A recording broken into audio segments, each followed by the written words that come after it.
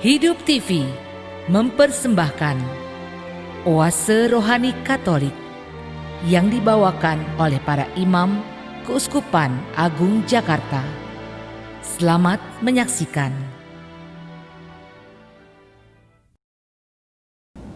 Sahabat Oase Rohani Katolik yang terkasih, semuanya salam sejahtera dan damai Tuhan selalu menyertai kita. Pekan biasa yang ke-34 kita mau merenungkan bacaan-bacaan hari ini. Semoga meneguhkan iman dan pengharapan kita.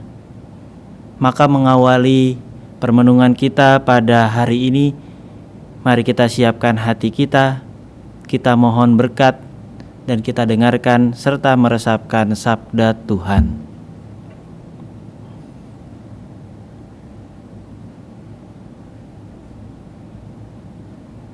Dalam nama Bapa dan Putra dan Roh Kudus. Amin. Rahmat Tuhan kita Yesus Kristus, cinta kasih Allah dan persekutuan Roh Kudus bersamamu dan bersama rohmu. Mengawali permenungan kita pada hari ini, mari kita merendahkan diri kita di hadapan Allah. Mohon ampun untuk segala dosa dan kelemahan kita. Kita doakan, saya mengaku bersama-sama. Saya mengaku kepada Allah yang Maha Kuasa dan kepada saudara sekalian bahwa saya telah berdosa dengan pikiran dan perkataan, dengan perbuatan dan kelalaian. Saya berdosa, saya sungguh berdosa. Oleh sebab itu saya mohon kepada Santa Perawan Maria, kepada para malaikat dan orang kudus, dan kepada saudara sekalian, supaya mendoakan saya kepada Allah Tuhan kita. Semoga Allah yang Maha Kuasa mengasihani kita, mengampuni dosa kita, dan menghantar kita ke hidup yang kekal. Amin. Tuhan kasihanilah kami, Tuhan kasihanilah kami, Kristus kasihanilah kami, Kristus kasihanilah kami. Tuhan kasihanilah kami, Tuhan kasihanilah kami. Marilah kita berdoa. Allah Bapa, pangkal kehidupan dan iman kami bersyukur Engkau senantiasa memberikan rahmat kehidupan untuk kami jalani setiap harinya. Pada kesempatan hari ini kami mau merenungkan sabda-Mu. Bagaimana Engkau senantiasa memperhatikan kehidupan kami, serta mempersiapkan kami sampai pada akhirnya kelak nanti kami boleh berjumpa dengan Engkau dalam kerajaan-Mu yang kudus bersama para malaikat dan semua orang kudus-Mu. Semoga kami boleh mempersiapkan diri kami sebaik-baiknya hingga pada akhirnya nanti kami boleh bergembira bersama Engkau. Dengan pengantaran Yesus Kristus Putra-Mu Tuhan kami, yang bersama Dikau dalam persatuan Roh Kudus hidup dan berkuasa, Allah sepanjang segala masa. Amin.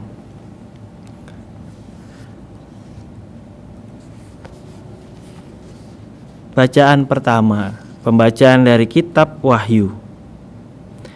Bab 20 ayat 1 sampai dengan 4. Dilanjutkan ayat 11 sampai dengan bab 21 ayat 2. Aku Yohanes melihat seorang malaikat turun dari surga memegang anak kunci jurang maut dan sebuah rantai besar di tangannya. Ia menangkap naga, si ular tua, yaitu iblis dan setan. Dan ia mengikatnya 1000 tahun lamanya, lalu melemparkannya ke dalam jurang maut. Pintu jurang maut itu kemudian ditutup dan dimeteraikannya. Jangan sampai naga itu menyesatkan lagi bangsa-bangsa sebelum masa 1000 tahun itu berakhir. Kemudian naga itu akan dilepaskan untuk sedikit waktu lamanya. Lalu aku melihat tahta-tahta dan orang-orang duduk di atasnya. Kepada mereka diserahkan kuasa untuk menghakimi. Aku juga melihat jiwa mereka yang telah dipenggal kepalanya karena kesaksian tentang Yesus dan karena sabda Allah. Mereka itu tidak menyembah binatang dan patungnya, dan tidak menerima tanda binatang itu pada dahi dan tangan mereka. Mereka hidup kembali dan memerintah sebagai raja bersama dengan Kristus untuk masa 1000 tahun. Lalu aku melihat sebuah singgasana putih dan besar, dan aku melihat Dia yang duduk di atasnya. Dari hadapannya lenyaplah bumi dan langit, dan tidak ditemukan lagi di tempatnya. Dan aku melihat orang-orang mati besar dan kecil berdiri di depan tahta itu. Kemudian semua kitab dibuka. Juga sebuah kitab lain dibuka, yaitu kitab kehidupan. Dan orang-orang mati dihakimi menurut perbuatan mereka berdasarkan apa yang tertulis dalam kitab-kitab itu. Maka laut menyerahkan orang-orang mati yang ada di dalamnya. Demikian pula maut dan kerajaan maut menyerahkan orang-orang mati yang ada di dalamnya. Dan mereka masing-masing dihakimi menurut perbuatan mereka. Kemudian maut dan kerajaan maut itu dilemparkan ke dalam lautan api. Itulah kematian yang kedua, yakni lautan api. Dan barang siapa namanya tidak ditemukan tertulis dalam kitab kehidupan, dilemparkan ke dalam lautan api itu. Lalu aku melihat langit dan bumi yang baru. Langit dan bumi yang pertama telah berlalu, dan laut pun tidak ada lagi. Dan aku Yohanes melihat kota kudus, yaitu Yerusalem baru turun dari surga di hadapan Allah, berhias bagaikan mempelai yang berdandan untuk suaminya. Demikianlah sabda Tuhan. Syukur kepada Allah. Mazmur tanggapan dengan referen. Lihatlah, kemah Allah ada di tengah-tengah manusia. Lihatlah, kemah Allah ada di tengah-tengah manusia. Jiwaku merana karena merindukan pelataran rumah Tuhan. Jiwa dan ragaku bersorak-sorai kepada Allah yang hidup. Lihatlah, kemah Allah ada di tengah-tengah manusia. Bahkan burung pipit mendapat tempat dan burung layang-layang mendapatkan sebuah sarang, tempat mereka menaruh anak-anaknya. Pada mesbah-mesbahmu ya Tuhan semesta alam, ya Rajaku dan Allahku. Lihatlah, kemah Allah ada di tengah-tengah manusia. Berbahagialah orang yang diam di rumahmu, yang memuji-muji engkau tanpa henti. Berbahagialah para peziarah yang mendapat kekuatan daripadamu, langkah mereka makin lama makin tinggi. Lihatlah, kemah Allah ada di tengah-tengah manusia. Bait pengantar Injil. Haleluya, haleluya, haleluya. Haleluya, haleluya, haleluya. Angkatlah kepalamu, sebab penyelamatanmu sudah dekat. Haleluya, haleluya, haleluya. Tuhan sertamu dan sertamu juga. Inilah Injil Yesus Kristus menurut Santo Lukas. Dimuliakanlah Tuhan.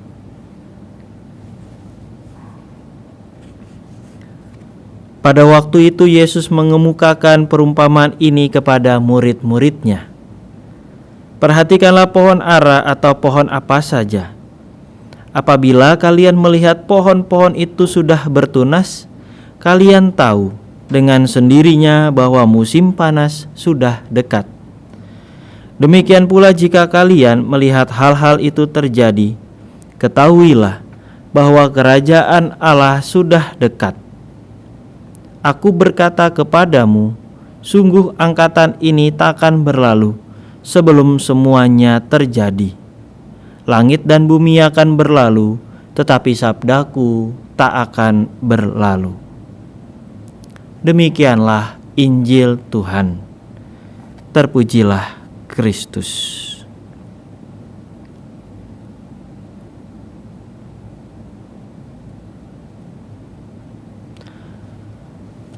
Bapak, Ibu, saudara-saudariku, teman-teman muda, serta anak-anak yang terkasih, sahabat Oase Rohani Katolik.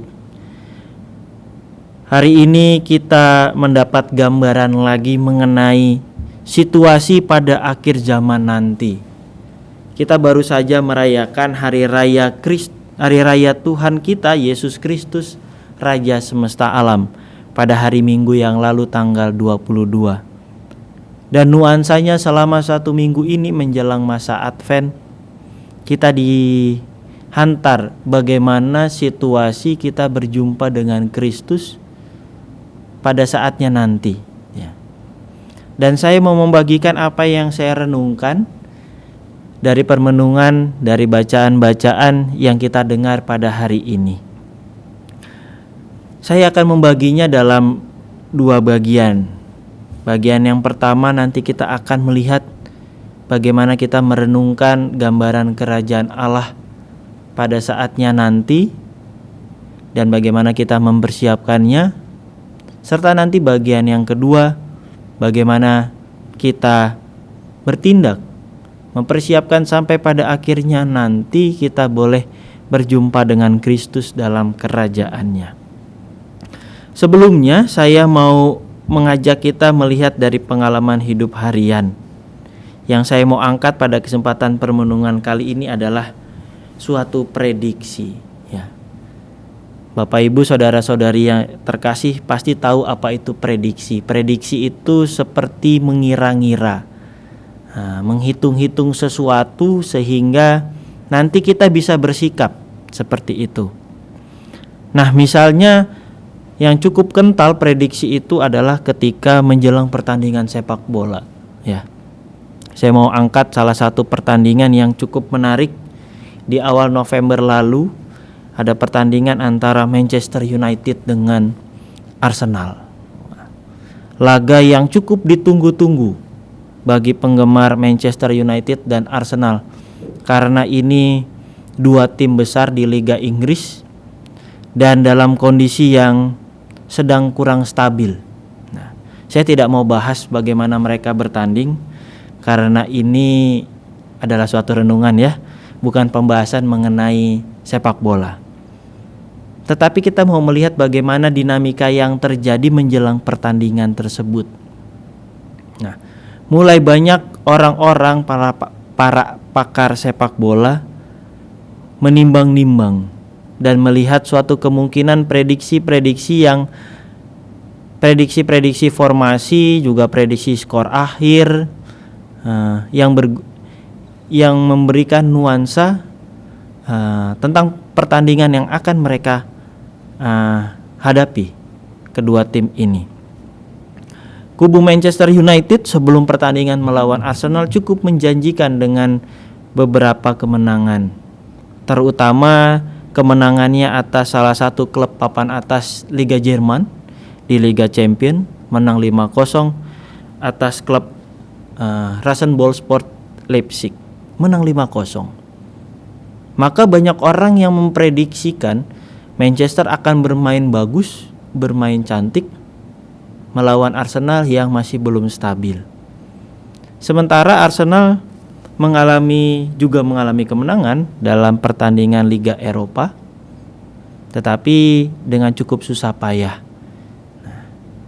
Kedua tim ini adalah kedua tim besar pada masanya dan orang-orang menantikan pertandingan. Mana tim yang akan menang? Manchester United dengan formasinya 4-4-2 atau 4-3-3, atau Arsenal dengan formasinya 3-4-3. Ole Gunnar Solskjaer ataupun Mikel Arteta sebagai pelatih dari masing-masing tim akan menerapkan apa? Masing-masing tim pasti memiliki suatu prediksi. Pemain ini yang akan dimainkan, formasi ini yang akan mereka jalankan. dan bagaimana alur bola itu nanti akan dibuat sehingga mereka mampu memenangkan pertandingan. Singkat cerita, pertandingan dimenangkan oleh Arsenal dengan skor 1-0 dengan tendangan penalti dari Patrick Aubameyang. Banyak orang cukup mengalami kekecewaan, terutama para ahli atau pakar sepak bola mulai memberikan masukan-masukan serta kritik untuk tim-tim ini. Nah, dinamika ini adalah dinamika yang menarik. Mungkin di dalam kehidupan kita sehari-hari kita juga mulai memprediksi sesuatu. Ini sudah mau mendung, berarti tanda-tanda akan hujan. Ya. Apalagi bagi umat di paroki Bojong Indah. Wah, kalau sudah hujan, beberapa tempat sudah mulai was-was. Jangan sampai nanti kebanjiran. Jadi sudah mulai memprediksi sesuatu yang akan terjadi. Nah, mungkin saudara-saudariku, teman-teman muda, Bapak Ibu, para sahabat Oase Rohani Katolik juga di dalam kehidupan sehari-hari mulai memprediksikan sesuatu. Saya mau punya cita-cita ini, maka saya harus sekolah di sini dengan biaya kuliah sekian, dengan jenjang waktu nanti sekian harus sudah, sehingga nanti itu bisa dijalankan dengan baik. Ada suatu prediksi-prediksi di dalam kehidupan kita. Nah, yang menarik di dalam iman pun juga ada suatu gambaran mengenai situasi nanti ketika kita berjumpa dengan Kristus Sang Raja semesta alam, yang digambarkan dalam kitab Wahyu tadi. Bagaimana Yohanes mendapatkan suatu penglihatan, bagaimana orang-orang akan berjumpa dengan Dia yang duduk di tahta Allah Bapa itu. Katakanlah kalau dalam bahasa sederhana kita, atau perjumpaan, atau mungkin suatu pengadilan ketika nanti kita berjumpa dengan Kristus. Mungkin diibaratkan seperti pertandingan tadi antara Manchester United dan Arsenal. Tetapi karena kita tahu bahwa akan ada sesuatu yang akan terjadi walaupun kita belum mengalaminya, maka kita sebagai manusia punya prediksi-prediksi tertentu. Kira-kira nanti saya masuk surga atau tidak ya? Kira-kira nanti saya berjumpa dengan Kristus akan mempertanggungjawabkan apa ya? Nah, maka seperti para pelatih-pelatih tadi ya, kita sudah mulai harus menentukan ya, latihan apa yang dibutuhkan agar kita nanti dapat mempertanggungjawabkannya dengan baik. Atau kita mau menggunakan formasi apa supaya pertandingan itu kita menangkan. Nah, atau kita mau menempatkan pemain-pemain siapa sehingga permainan itu dapat kita menangkan. Atau dalam bahasa sederhananya, kita mulai dengan suatu tindakan konkret agar prediksi kita itu berjalan dengan baik. Ya. Maka perlu ada yang namanya latihan. Latihan terus-menerus sejak sekarang ini. Seperti suatu tim sepak bola, untuk masuk ke dalam suatu pertandingan mereka harus melatih. Formasi tidak bisa dijalankan tanpa latihan. Ya. Komunikasi antar pemain tidak bisa dijalankan dengan baik tanpa latihan. Komunikasi antara pemain dengan pelatih tidak bisa berjalan tanpa latihan. Maka latihan dengan suatu prediksi adalah sesuatu yang saling terkait. Bahwa prediksi adalah suatu rangkaian persiapan yang panjang, sehingga kita dapat memanfaatkan kesempatan itu dengan baik. Bagaimana kita menentukan sikap kita. Maka pada bagian pertama ini menyikapi adanya suatu gambaran mengenai pengadilan atau perjumpaan kita dengan Kristus, kita membutuhkan suatu latihan yang namanya latihan hidup rohani. sehingga kita punya formasi di dalam batin kita. Kita tahu komunikasi dengan pelatih kita, yaitu Yesus Kristus sendiri. Maka ada beberapa hal rohani yang baik untuk kita perjuangkan. Yang pertama adalah membangun kebiasaan hidup rohani. Kapan biasanya saya senang berdoa? Lebih mudah untuk berdoa pagi, siang, sore, malam, atau sebelum tidur. Pilihlah waktu itu untuk dijalani setiap hari. Yang kedua, menghidupi kembali devosi-devosi. Ya. Kebaktian kita terhadap mungkin sakramen Maha Kudus, mungkin juga dengan kepada Bunda Maria, mungkin juga devosi kepada para kudus, santo-santa pelindung kita. Banyak hal devosi-devosi dalam gereja Katolik yang bisa kita pilih dan kita hidupi. Yang ketiga, mulai menghidupi doa-doa di dalam keluarga, terutama di masa pandemi ini. Pentingnya atau bergunanya doa bersama keluarga. Ya, punya banyak waktu sekarang bersama dengan keluarga, dan semoga doa-doa di tengah keluarga itu yang menjadi salah satu kekuatan kita. Selain itu, berikutnya yang perlu kita perjuangkan adalah doa dalam Ekaristi. Memang ada keterbatasan di sana sini, terutama untuk yang di bawah 18 dan di atas 59. Saya tahu bagaimana anak-anak kita dan juga orang-orang tua kita punya kerinduan terhadap Ekaristi. Tetapi kita perlu bersabar menghadapi situasi pandemi ini dan mengupayakan waktu untuk mengikuti perayaan Ekaristi secara online atau secara live. Ya. Meluangkan waktu, karena sekarang itu dapat diakses dengan mudah, entah itu pagi, entah itu sore. Berbagai paroki dan tempat-tempat juga sudah menyediakan itu. Kita tinggal memilih, tinggal hati kita yang meluangkan waktu untuk perayaan Ekaristi itu. Berikutnya yang tidak kalah penting adalah meluangkan waktu untuk menerima sakramen tobat. Sekarang ini sudah dimungkinkan untuk pelayanan sakramen tobat dengan tata cara dan protokol kesehatan. Maka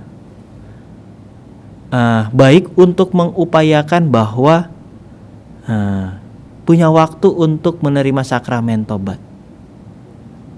Bentuk-bentuk rohani ini yang menjadi latihan kita bersama untuk memupuk atau membangun suatu pondasi iman, membangun suatu tim, ya, di mana kita sebagai pemain latihan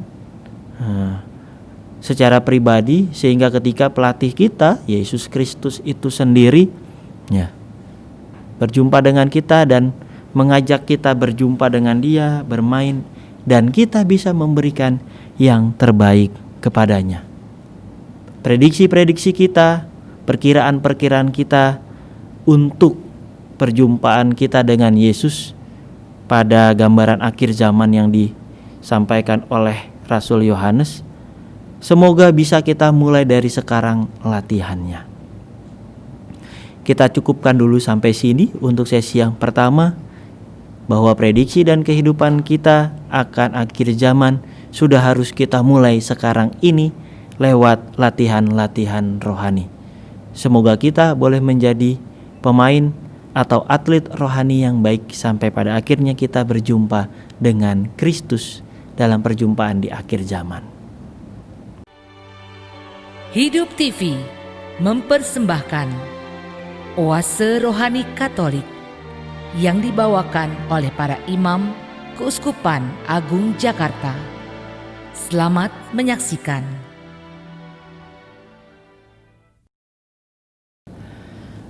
Para sahabat Oase Rohani Katolik yang terkasih, Bapak Ibu, saudara-saudariku semuanya, teman-teman muda serta anak-anak, kita akan melanjutkan permenungan kita pada bagian yang kedua ini. Tadi pada bagian yang pertama kita sudah melihat bagaimana Rasul Yohanes itu memberikan suatu gambaran perjumpaan kita dengan Kristus pada akhir zaman. Dan kita sudah harus memulai mulai dari sekarang dengan latihan-latihan rohani yang cukup. Kita sudah dibantu punya gambaran dan kita mulai bisa memprediksikan hidup kita kelak nanti pada saat berjumpa dengan Kristus. Maka yang bisa kita lakukan sekarang ini adalah membangun suatu kebiasaan latihan-latihan rohani di dalam hati kita, dalam hidup kita sehari-hari, sehingga kelak dalam perjumpaan dengan Kristus kita boleh mempertanggungjawabkannya itu dengan baik. Atau di dalam bacaan pertama, nama kita masuk di dalam buku kehidupan dan kita tidak masuk dalam lautan api yang digambarkan oleh Rasul Yohanes sebagai kematian yang tak terselamatkan. Maka penting bagi kita sudah mulai memprediksikan dan melihat hidup kita sebagai suatu rangkaian latihan rohani yang panjang. Dan pada kesempatan yang kedua ini, saya mau mengajak kita bagaimana kita hidup sebagai orang-orang Kristiani pada akhirnya nanti justru kita ditandai karena baptisan. Dahi kita itu ditandai dengan tanda salib Kristus, bukan tanda dari binatang jahat yang digambarkan oleh Rasul Yohanes. Saya mau mulai permenungan yang kedua ini juga masih seputar dunia sepak bola, karena itu hobi saya, kesukaan saya. Tetapi saya tidak pandai untuk menganalisis, hanya sebagai penikmat. Dalam dunia sepak bola yang menarik yang mau saya renungkan adalah ada orang-orang atau pemain-pemain yang memiliki karakter-karakter yang khas, ya. Dan itu menjadi ikon bagi klubnya mereka masing-masing. Kalau sekarang itu kita masih melihat salah satunya adalah Lionel Messi, ya. Lionel Messi adalah pemain hebat di klub Barcelona. Dia memulai pendidikan sepak bolanya di Barcelona, masuk tim muda, tim inti, sampai sekarang menjadi tim di Barcelona, menjadi ikon ya, bagi tim Barcelona. Selain itu ada Paolo Maldini. Paolo Maldini juga seorang pemain dari klub AC Milan, klub kesayangan saya. Pemain yang berlatih sejak kecil di klub AC Milan, lalu menjadi pemain senior di klub tersebut sampai akhirnya pensiun pun juga di klub AC Milan. Yang serupa dengan Maldini adalah Francesco Totti. Francesco Totti tetapi bermain di klub AS Roma. Dan di sana dari awal dia muda sampai dia pensiun pun juga di AS Roma. Legenda dan ikon dari klub AS Roma. Selain itu mungkin juga ada Steven Gerrard di Liverpool. Cukup ikonik juga. Dan yang menarik kalau kita mengingat atau menyebut nama pemain-pemain ini, itu erat sekali hubungannya dengan timnya, ikonik sekali. Mereka punya karakter, mereka tahu jiwa dari suatu klub yang mereka layani, ya. Bahkan sampai mereka dipercaya menjadi kapten. Orang-orang ini yang dipilih oleh klub dan para pelatih mereka menjadi kapten tim. Nah, kenapa? Karena mereka adalah orang-orang yang punya karakter, mereka yang punya kekhasan, mereka yang tahu betul jiwa dari klub mereka. Nah, gambaran ini mau saya pakai sebagai suatu gambaran bagi kita umat Kristiani. Kalau dibilang kita itu adalah timnya Yesus Kristus, harusnya kita memiliki karakternya Yesus Kristus, ya. Menjadi suatu ikon sehingga kita boleh menjadi gambaran Kristus di tengah dunia. Nah, dalam kitab Wahyu tadi kita melihat bagaimana ada orang-orang yang ditandai. Mereka yang hidupnya jahat, yang mengikuti iblis, itu di dahi mereka ditandai oleh gambaran binatang tadi. Sementara mereka yang mengikuti Kristus, yang bergembira, tidak ada tanda itu. Ya, jadi sudah ada karakter yang khas. Ya. Sementara dalam Injil Lukas digambarkan bagaimana Yerusalem yang baru itu menjadi sesuatu yang dinikmati ya oleh para murid dan pengikut-pengikut Kristus. Ada langit yang baru ya. Ada bumi yang baru. Nah, yang khas dari Injil Yohanes adalah bahwa sabda Allah itu yang tidak akan pernah musnah, tidak akan pernah berakhir. Jadi karakternya untuk menjadi pengikut Kristus adalah mengikuti dan mendalami sabda Kristus, sabda Allah, kitab suci kita. Itu yang menjadi karakter dasar bagi kita. Mengapa? Karena lewat kitab suci itulah kita mengenal Allah. Bagaimana Allah mencintai manusia sejak dulu penciptaan sampai dengan sekarang, bahkan berpuncak pada diri Yesus Kristus. Bagaimana Allah bersabda lewat para nabi dan berpuncak lewat sabda-sabda serta pengajaran Yesus Kristus. Dan bagaimana Allah bertindak, itu semua terlihat dari tindakan Yesus Kristus sampai pada akhirnya mengorbankan dirinya secara utuh. Karakter Allah dilihat dalam karakter pribadi Yesus Kristus. Nah, sabda itulah yang menjadi karakter khas kita sebagai umat Kristiani. Maka apa yang dapat kita pelajari, yang dapat kita hidupi, yaitu adalah menghidupi karakter-karakter Kristiani ini di dalam hidup kita.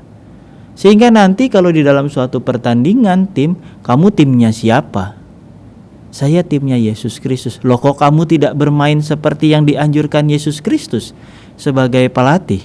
Nah, jangan-jangan kau pemain dari tempat yang lain. Jangan sampai itu yang terjadi.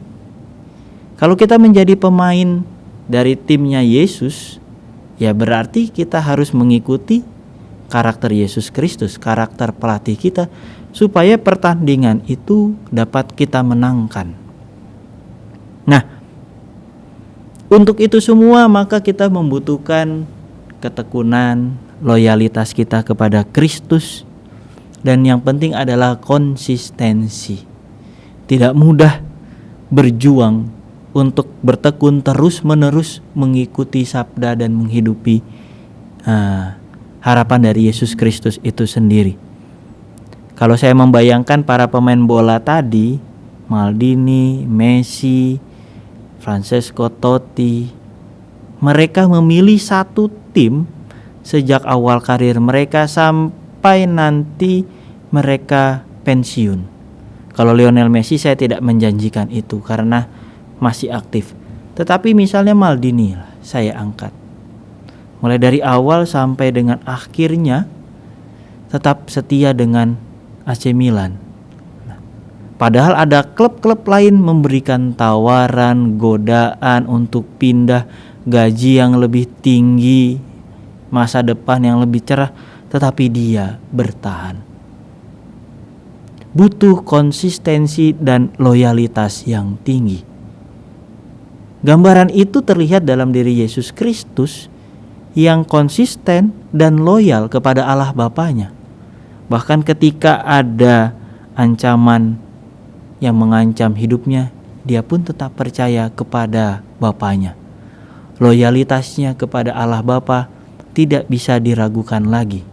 Konsistensinya yang terus ia perjuangkan dalam setiap sabda dan pengajarannya selama hidupnya bisa kita lihat dalam kitab suci. Maka kita mau belajar untuk menumbuhkan konsistensi dan loyalitas kita kepada Allah. Tujuannya apa? Tujuannya sangat sederhana. Membangun karakter seorang Kristiani. Karakter murid-murid Yesus.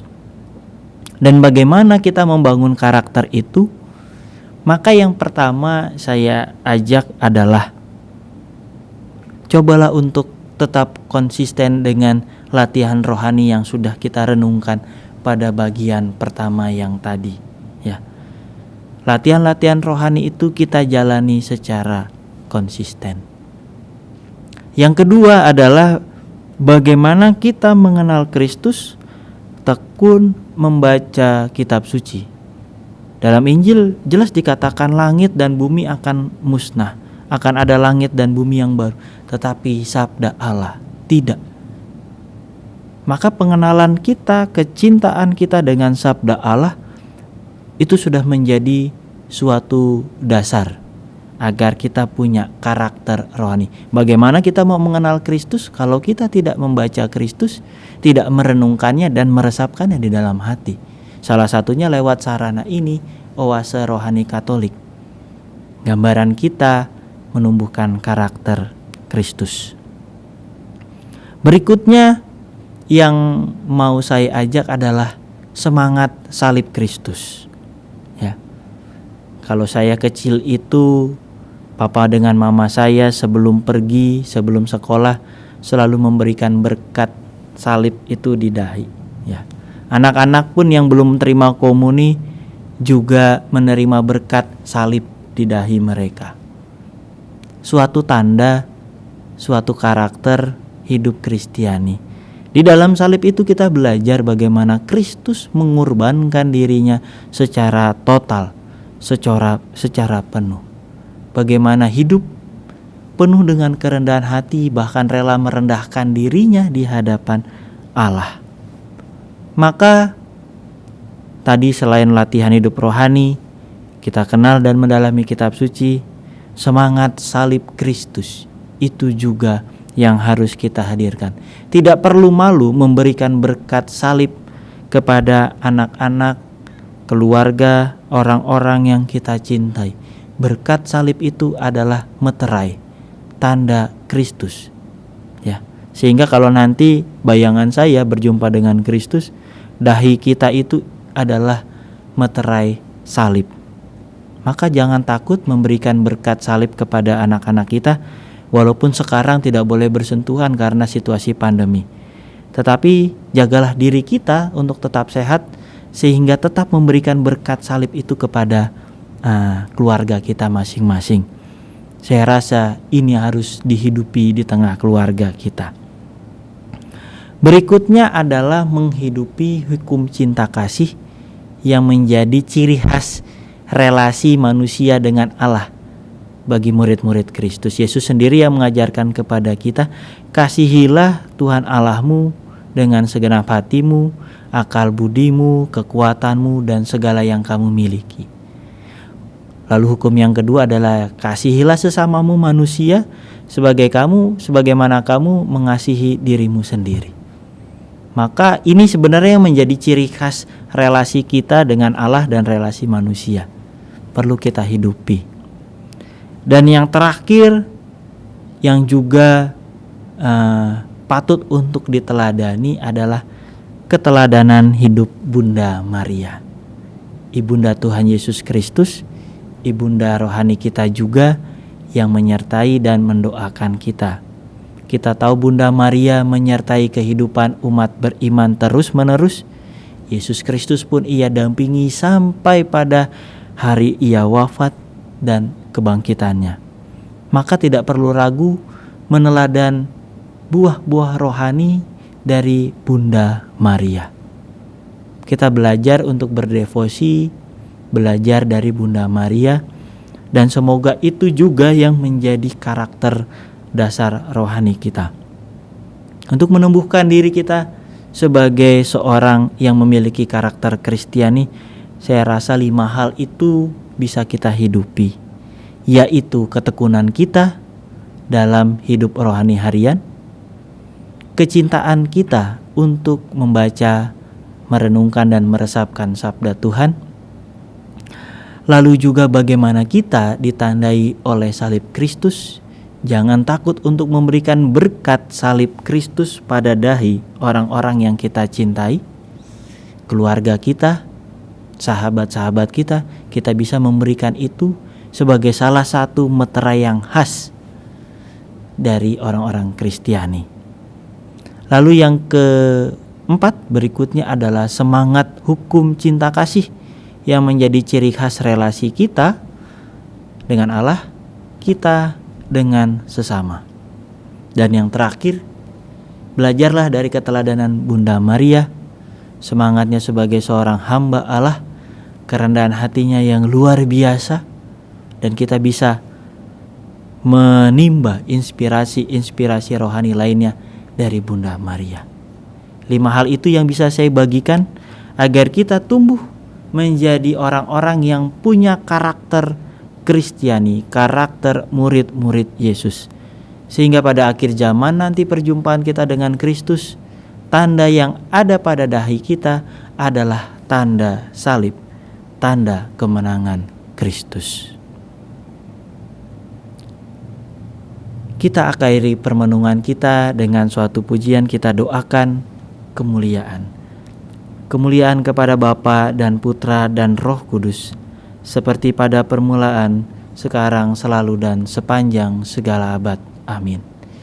Para sahabat oasa rohani Katolik yang terkasih, menutup permenungan kita pada hari ini, mari kita doakan doa Bapa kami, dan nanti saya akan menutupnya dengan berkat.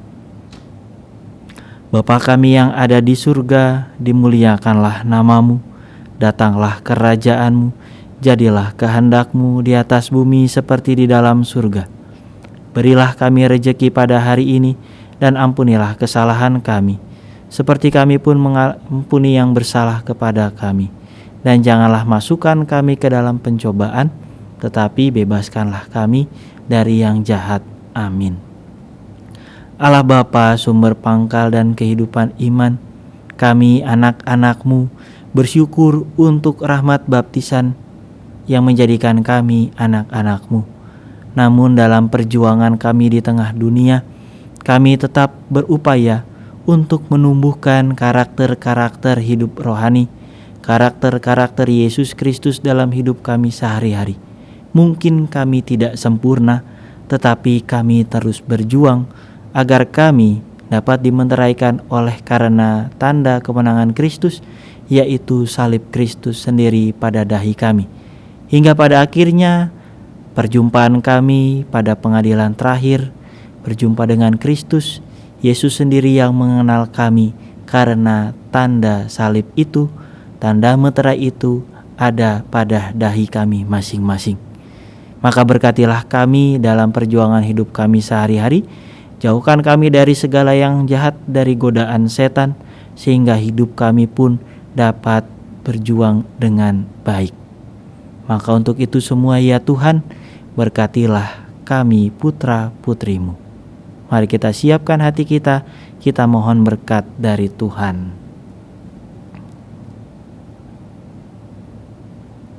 Tuhan sertamu dan sertamu juga. Semoga saudara-saudariku sekalian, para sahabat oasa rohani yang terkasih, senantiasa dilindungi, dibimbing, dan diberkati oleh Allah yang Maha Kuasa. Dalam nama Bapa dan Putra dan Roh Kudus. Amin. Demikianlah oase rohani Katolik yang dibawakan oleh para imam Keuskupan Agung Jakarta. Tuhan memberkati.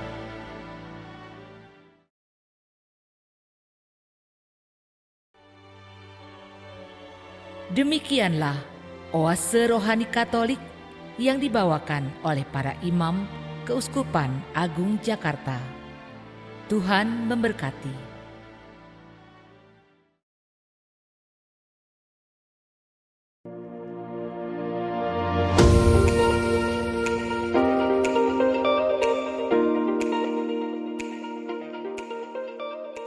Saudari-saudaraku, umat Katolik Keuskupan Agung Jakarta yang terkasih, kita semua tahu dan mengalami bahwa kita, masyarakat kita, bangsa kita, bahkan seluruh dunia sedang berada dalam keadaan prihatin, bahkan cemas, karena tersebarnya wabah virus corona COVID-19 dengan segala akibatnya di dalam berbagai bidang kehidupan.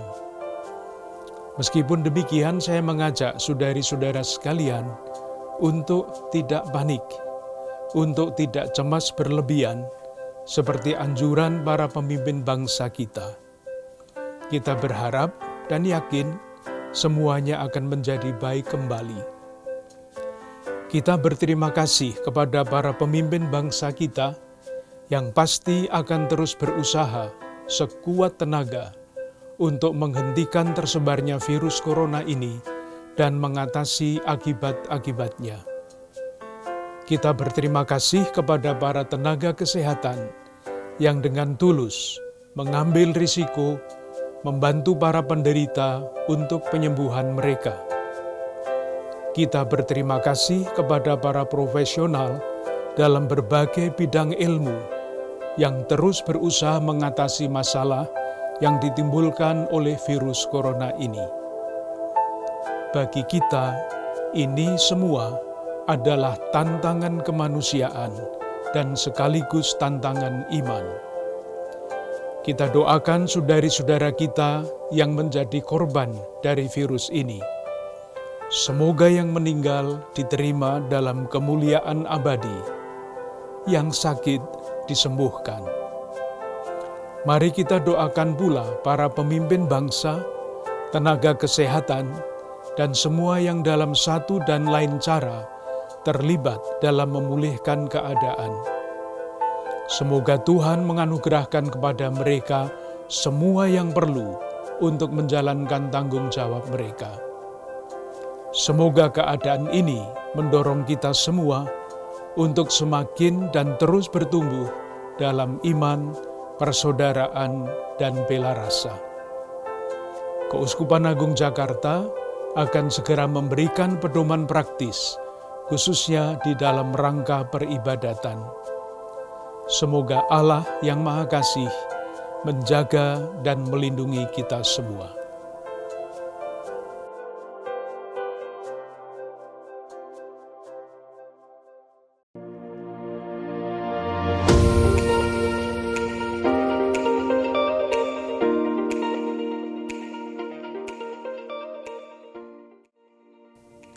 Saudari-saudara umat Keuskupan Agung Jakarta, salam damai kasih Kristus.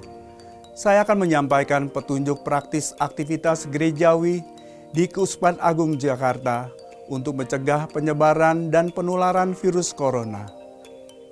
Pertama, sebelum perayaan Ekaristi. 1. Jendela dan pintu gereja dibiarkan terbuka. 2. Bersihkanlah kursi dan tempat berlutut, meja altar, mik, buku dengan desinfektan.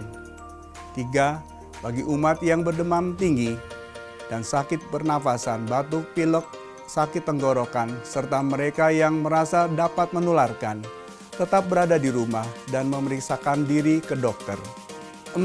Sediakan dan minta umat untuk membersihkan tangan dengan hand sanitizer dan pemeriksaan suhu tubuh sebelum masuk gereja. Bagi umat yang bersuhu tubuh 37 derajat Celcius ke atas, diminta untuk kembali ke rumah dan pergi ke dokter. 5. Tidak disediakan air suci di depan gereja. 6. Menyediakan kotak kolekte di depan gereja. 7.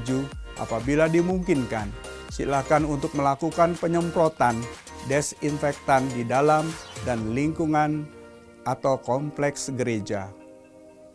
Selanjutnya, perayaan Ekaristi. 1. Umat yang sehat dapat tetap mengikuti perayaan Ekaristi di gereja. Bagi yang sedang menderita demam atau sakit pernafasan, batuk pilek, sakit tenggorokan, dan mereka yang merasa dapat menularkan, diminta beribadah di rumah dengan mengikuti perayaan Ekaristi hari Minggu melalui media online. 2. umat cukup membuat tanda salib mengarah ke tabernakel. 3. Ekaristi diselenggarakan sesingkat mungkin, antara lain dengan Ordinarium tidak dinyanyikan, lagu-lagu cukup pembuka, persembahan, dan penutup. Uang kolekte dipersembahkan di kotak-kotak pintu gereja sebelum masuk gereja dan tidak ada perarakan persembahan. Salam damai ditiadakan, penerimaan komuni hanya diperkenankan melalui tangan saja, dan berkat anak ditiadakan. Selanjutnya aktivitas pastoral. Pertama, rapat-rapat sebaiknya via online atau ditunda. Kedua, pertemuan-pertemuan di GKP atau kompleks gereja ditunda. Ketiga, paroki menyediakan bantuan sembako dan multivitamin untuk umat prasejahtera. Keempat, saat ini juga menjadi kesempatan yang baik bagi umat Keuskupan Agung Jakarta untuk berbela rasa kepada tetangga yang membutuhkan dengan memperhatikan kesehatan diri. Selanjutnya, sakramen pengampunan dosa. Mengacu pada ketentuan Kanon 961 ayat 1.2, Bapak Uskup Ignatius Kardinal Suharyo menilai adanya kebutuhan berat untuk memberikan absolusi umum kepada umat beriman selama masa Prapaskah ini. Namun absolusi umum hanya dapat diberikan sejauh tuntutan Kanon 962 terpenuhi. Ada penyelesaian atas semua dosa, sehingga masing-masing berdisposisi layak dan berniat untuk mengakukan dosa-dosa berat satu persatu pada saatnya yang tepat setelahnya. Karena itu sebelum absolusi umum diberikan, hendaknya para peniten dipersiapkan secara sungguh-sungguh melalui ibadat tobat bersama. Absolusi umum ini hendaknya tetap memberi ruang bagi umat beriman yang ingin mengaku dosa secara pribadi. Selanjutnya ada catatan khusus. Pertama, petunjuk praktis ini akan selalu disesuaikan dengan situasi dan kondisi terbaru. Yang kedua, silakan Dewan Paroki Harian menyesuaikan petunjuk ini dengan kondisi dan situasi tempat atau paroki masing-masing. Saudara-saudari terkasih, marilah hidup sehat dan bersih. Kita berdoa agar wabah corona cepat berlalu. Tuhan memberkati.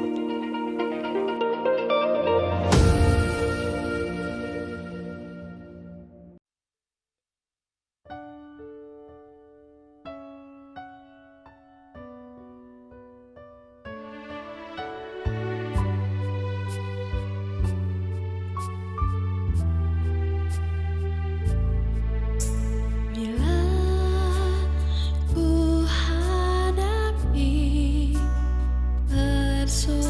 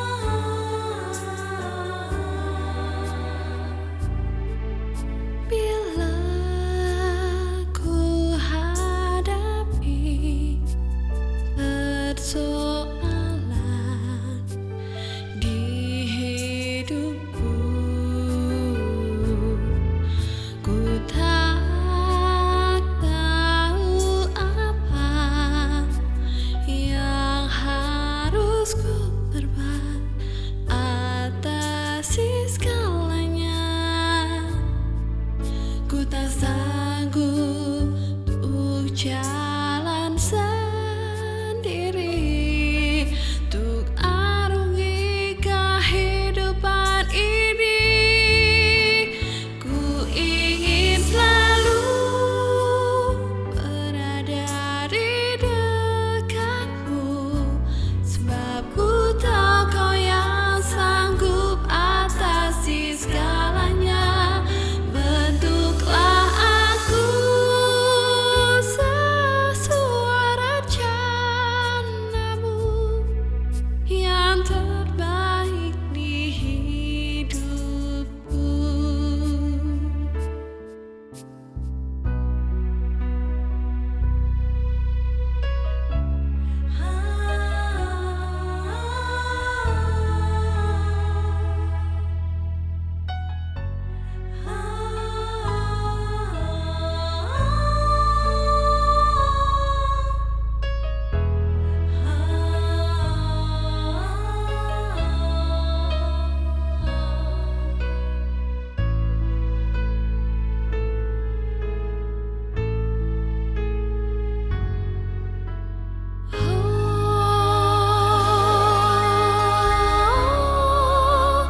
Ku ingin selalu berada di dekatmu, sebab ku tahu kau yang sanggup atasi segalanya. Bentuklah aku sesuai rencanamu yang terbaik di hidupku. Ku ingin selalu berada di dekatmu, sebab ku tahu kau yang sanggup atasi segalanya. Bentuklah aku sesuai rencanamu yang terbaik di hidupku, yang terbaik di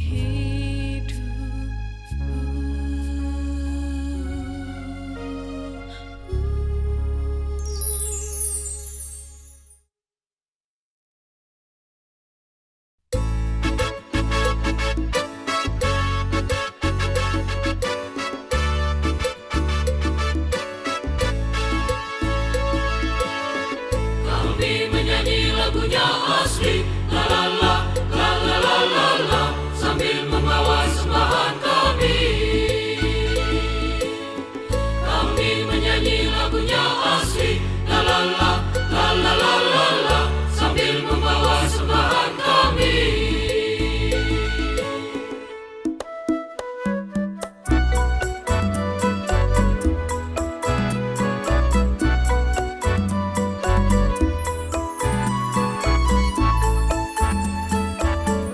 Mari kita